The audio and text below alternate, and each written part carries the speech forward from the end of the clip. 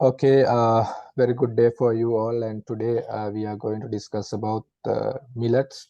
Actually, 2023 is declared as a International Year of Millet by United Nations and International Food and Agricultural Organizations. The reason is actually millet is gradually becoming one of the most important crops to face the hunger in is around 2023. So the SDG is defined to somehow we have to overcome the hunger in 2023. So the millet is one of most important crops. So therefore, the United Nations have declared 2023 as the International Year of Millet. Also, India also they have requested to request from the United Nations to declare this year as the International Year of Millet. So therefore, the India also trying to be a international hub of millet. So with this brief introductions, because the reason is this millet, knowing about millet and the information of millet and the as a crop for the Sri Lanka also one of best crop to study. So therefore, I invited to Salome Yesudas. Actually, she made a good presentation last time to us also. So I would like to invite to Madam Salome Yesudas because she had a very good experience related to the underutilized crop and uncultivated crop and local crops. So, and also she's one of social worker in India, Telangana. So she will share with us her experience related to the millets and the importance and the potential and how we can use to face the hunger. So this with this brief introductions, I would like to invite to Mrs. Salome Yusudas to continue her presentations today, Agri-Biz Sri Lanka YouTube channel. Thank you, madam. Thank you so much, Tarka, Jaisinghe. Thank you so much, and this is a privilege to come back once again to you and to the Sri Lankan audience worldwide. Yeah, because millet is one of the important food grains and one of the important staple foods. And this year being International Year for Millets, I think this is a right time we take millet to the next generation. Okay, so it is very, very important, I feel, that help. Yeah. So one of the important aspects for millets, why we should take them to the next generation is health benefits. So health benefits are important because nowadays everybody is having one or other issue like high blood pressure. Yeah, high blood pressure or diabetes or many chronic diseases are coming up irrespective of the age. That's why we have to take millets as an important issue.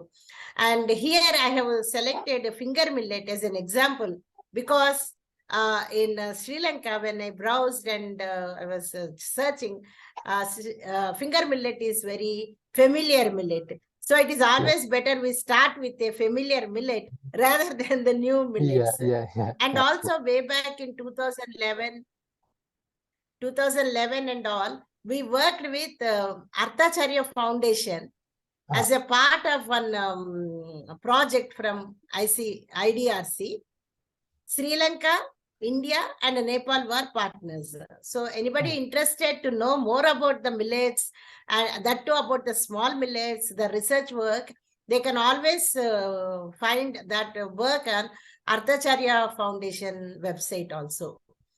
And that's why the small millets, especially the finger millet and foxtail millet, play a very crucial role. And finger millet has proved that it works to reduce or lessen the burden of diabetic management. And foxtail millet has proven that it is very good in managing blood sugar levels as well as cholesterol, bad cholesterol and all. And also it is one of the lowest glycemic index foods. That means the foxtail millet or these millets doesn't have gluten.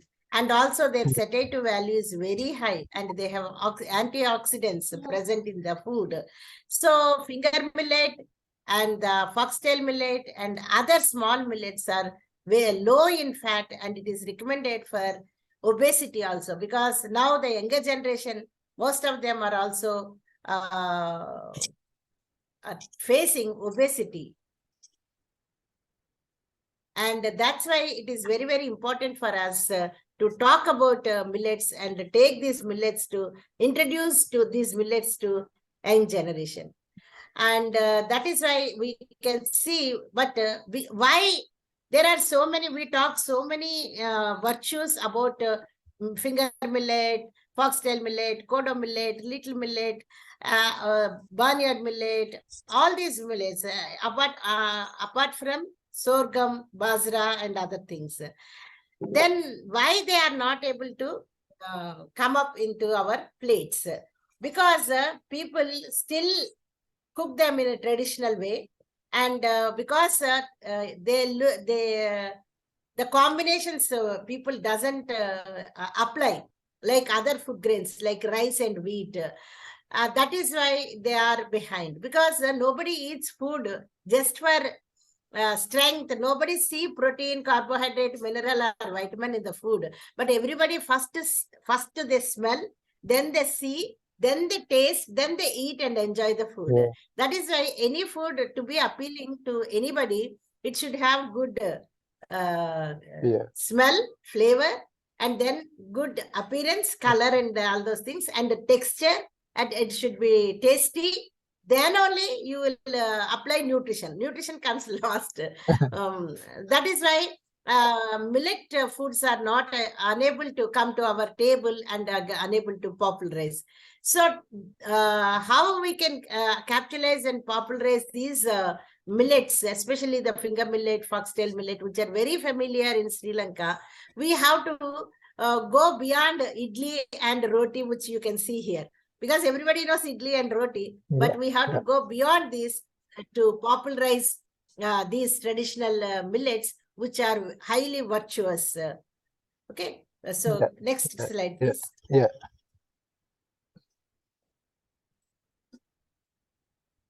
And that is why we need to think different ways how to progress. Next, please. Yeah. So when some research was taken, why millets are not, go back. Yeah.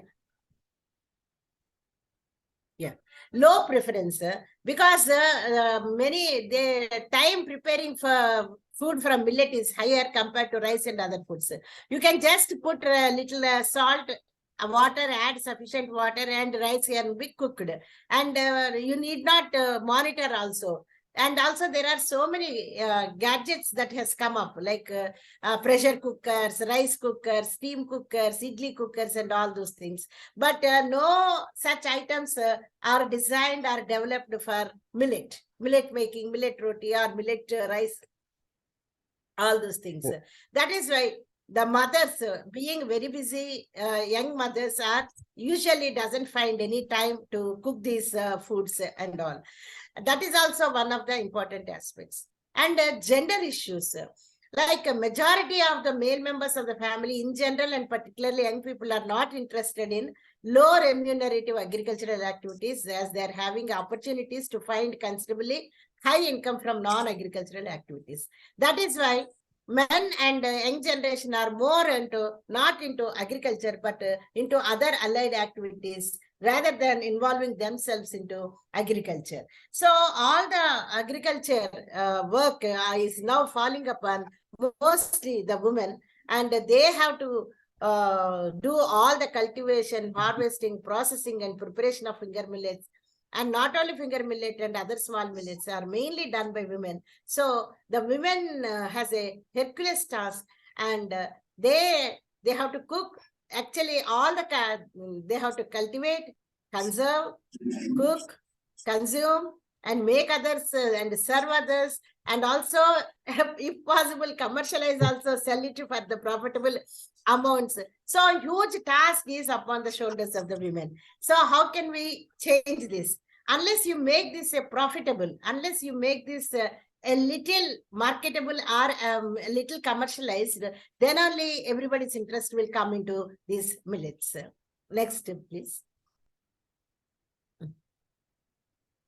So it is very, very important we measures to, first of all, we should look into the production aspects. Though I am not an agricultural scientist, but the interactions and the experience I had with the farmers, especially the millet growing farmers, what I understood is we have to look for the best traditional varieties. There are many traditional varieties which are pest resistant, drought resistant, high yielding, and also the storage is without any issue. We can store for 3 to 4 years. So we need to reinvent our research to get best traditional varieties wherever they are available. And also documentation of cultural practices and technologies associated with the millets. How people used to process the millet without losing the nutrients, how they used to cook, how they used to make tasty dishes, variety of dishes. All these cultural practices and also the technologies associated with the millets has to be documented.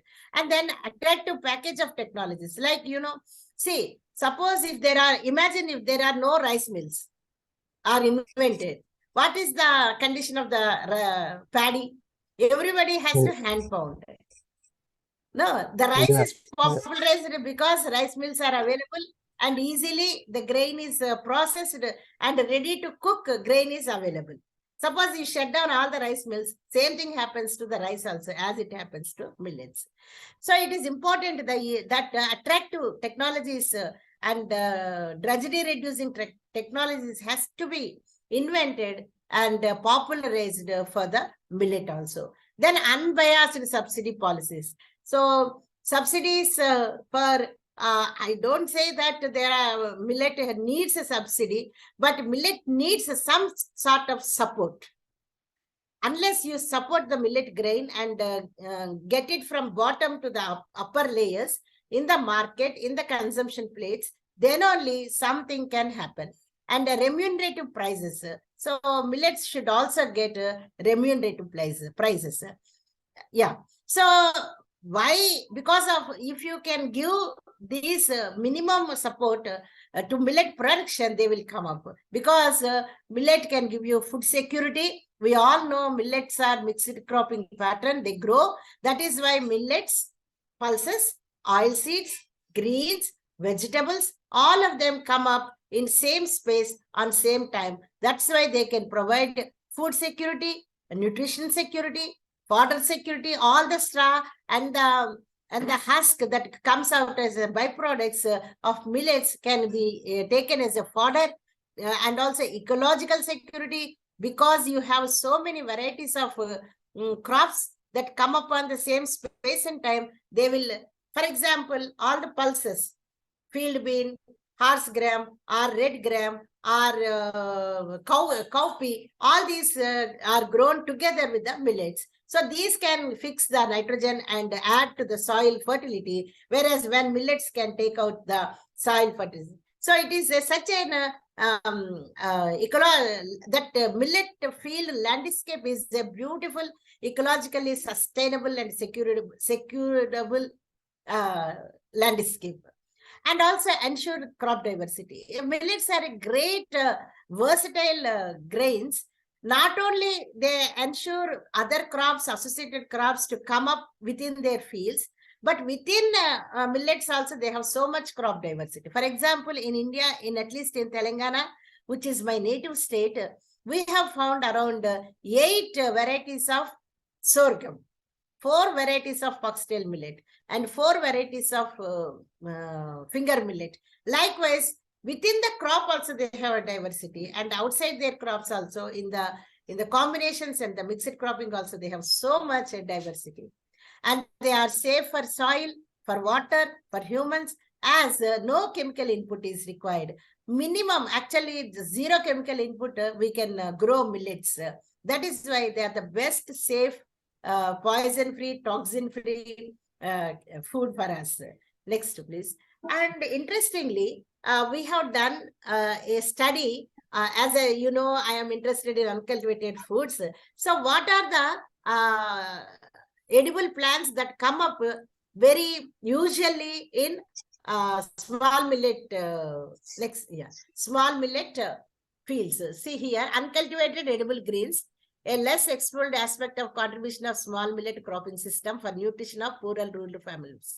This you can download and print, and you can use it as an extension material, IEC material, because we have also taken down, visited all the farms and have collected the samples which are grown in millet farms, small millet farms, the weeds which are edible, which have a nutritional values, very high nutritional values you can find here in this chart. So millets are a, not only they themselves are nutritious, they allow other nutritious plants to grow along with them. It's a boon. It's a absolutely an associated interest we can call. That is why also we need to grow millets and introduce millets to our next generation. Next, please. And how we can measures to increase consumption and demand. So how can we increase the consumption and demand? Processing and preparation of attractive recipes. We need to allow research for processing technologies and also preparation of attractive recipes. Whichever form the children likes to eat or the youngsters are interested, into those forms we have to package the millets. And also efficient marketing channels developing the processing industry. We need to channelize the millet products into markets. For that, we need a tasty food and a good reasonable package. And also we should, awareness is very, very important. In that, media should play a significant role to emphasize the importance of millets. So if you keep on bombarding the messages of the virtues and goodness of the millets through media, whether it is WhatsApp, YouTube, or Zoom webinar, or a college debate or a school debate, whatever may be the situation, if you keep on doing this, the messages will reach easily. And attractive marketable products also we need to develop. For example, we can always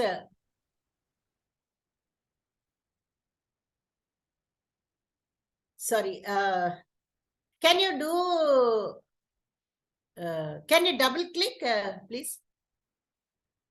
If you double click the link, you will get go back. We will going to YouTube link will be okay. Later on maybe you can. I will go to that and link. Okay. So then recognizing and removing the bottlenecks. So there are some bottlenecks which we have to accept and recognize them, and we should work on them, like developing technologies for harvesting and processing and product development.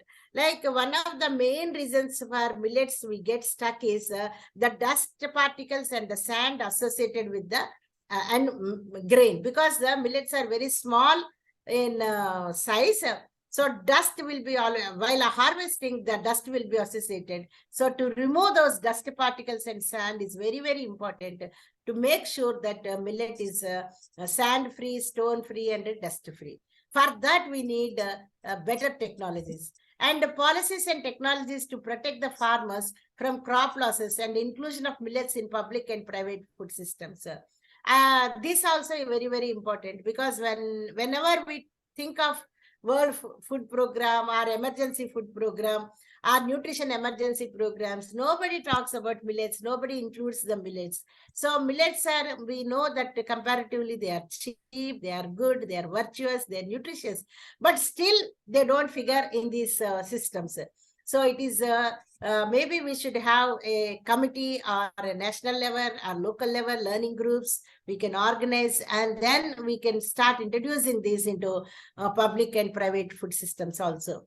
Then favorable trade policies through FPOs. Now everybody is talking about farmer producer organizations, and mostly young farmers are associated with this, enrolling themselves as members as in the farmer producer organizations. So we need to take this as a good opportunity to introduce millets and to form farmer producer organizations exclusively for millets, and thus we can see the marketing of that.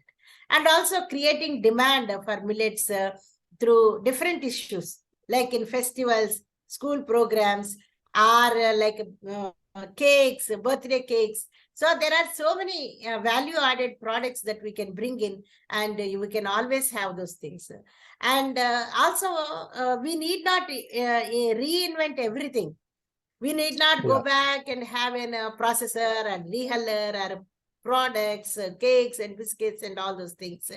We always can have a network, national and international networking, to reduce the cost and also to reinvent. So some of the things I have here, I have listed. One is Agricultural University, State Agricultural University in Telangana. They have an incubation facility, and they also give the trainings, and their products are very famous. So we can always have a collaboration with them for training and other things. And Deccan Development Society, which has started talking about the millets in way back in 1995, and it is worked from seed to seed. So we can always have, previously they used to have so much collaboration with the Sri Lankan NGOs. So maybe we can reinvent, and we can always come together with the Deccan Development Society to work together also. And also Agri-Biz. Agri-Biz, you all know, it's an international crop research institute for semi-arid tropics, and they work on millets, and they work on smart food. So it is, because being an international organization, you can always have access to their technologies, to their products, to their trainings and everything. And also now Indian Institute of Millet Research is also going to be recognized or going to be elevated as an international millet hub. So that is also placed in Hyderabad in Telangana.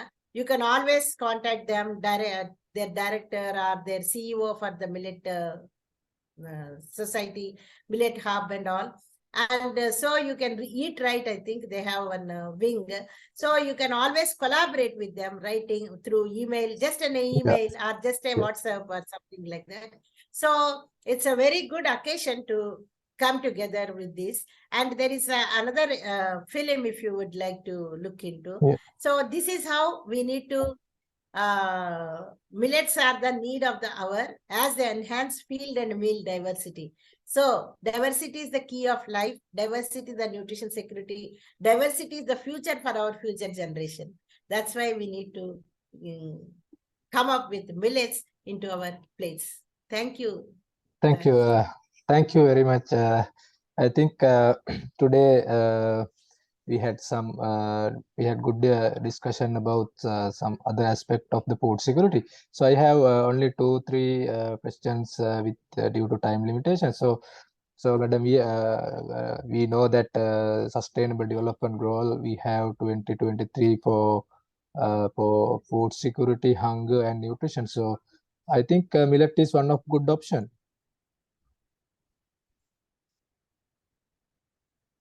Yes. I will say millet is the best option. Yeah, it's because we are experiencing the Asia is one of main region facing affordability of the foods due to inflation of the food basket. So I think millet should be a main crop in the next 5 to 10 years to face the hunger in the world. Yes. And also, like millet can be grown under any conditions. Yeah.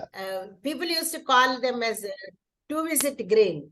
So one side you need to think about the production, because once you start millet growing, it will also ensure little fodder for the cattle also. So it's like a holistic food basket. Another thing is actually that the food scientists is actually they only worried about the calorie intake. they don't worry about the other nutritions and the other elements, the needs for the humans. They just worried about the calorie intake. Is it correct, or we have to change this the nutrition aspect? Yeah. Yes, we have to change this because nutrition security, that is why food security and nutrition security. Food security is coming from the calories and carbohydrates, but the nutrition security has to be included protein with like bodybuilding, and also bodybuilding foods, energy giving foods, and protective foods. So millet farms, as I have shown you one slide also, they also have pulses. And millet can give you, as a grain, it also gives you carbohydrates and also good protein. But they also, in the same way, millets are always grown with the pulses. So pulses are the best sources of protein. And millets also grown with oil seeds. So oil seeds also gives you good protein and good energy, good fat also. And all the uncultivated greens that come in within the millet farm will give you good vitamins and protein and minerals, which will sustain your entire nutrition security. That is why millet growing should come back as in a mixed farming, not in monoculture. Yes, okay. yes, Growing yeah. millet all alone is not good.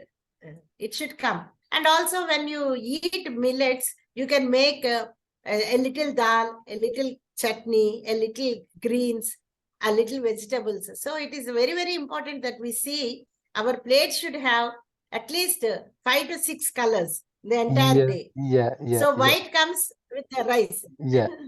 But color comes with millets. Brown color, yellow color, green color. So different colors. And that is how, and vegetables and the greens will add up the colors. So it's very important that you have picked up a very good point. Nutrition Nutrition security. doesn't mean carbohydrates and energy. It has to include protective foods and vegetables, greens, and fruits. Very, very Fruits. important. Another thing Thank is, you. I think India also changed the name of the millet some, because I saw some news. The course gain to nutri cereal, like they have defined again. It will help. People used to call. Yeah.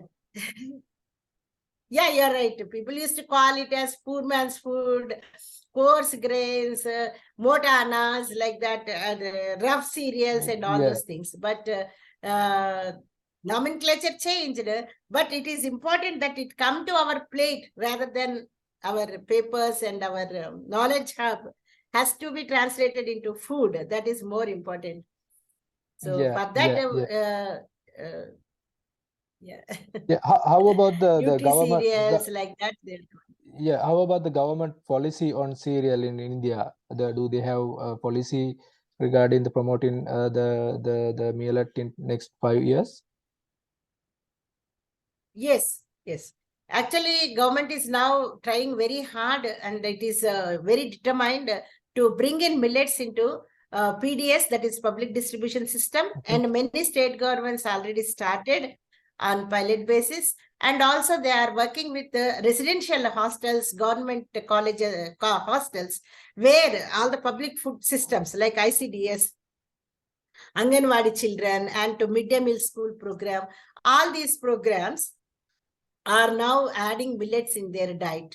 And slowly they wanted to introduce millets, locally available millets into their food system, so that children at very young age can get accustomed to eating and for this taste, so that it retains with them. Because if food is introduced at the very young age, it will continue with them. It is introduced in public distribution system, public food systems. Yes. I think with that short 2-3 questions, we can conclude today's sessions. Today, actually, we focus on the millet, because millet is, I think, will be a hero crops within next 5 years. The UN and FAO is targeting to promote the millet throughout the world, and India also make high attentions to millet. On Sri Lanka, I think policy makers and the producers, and also the Sri Lankan food production system may also have to think about their diversity and the opportunities and importance of the millets.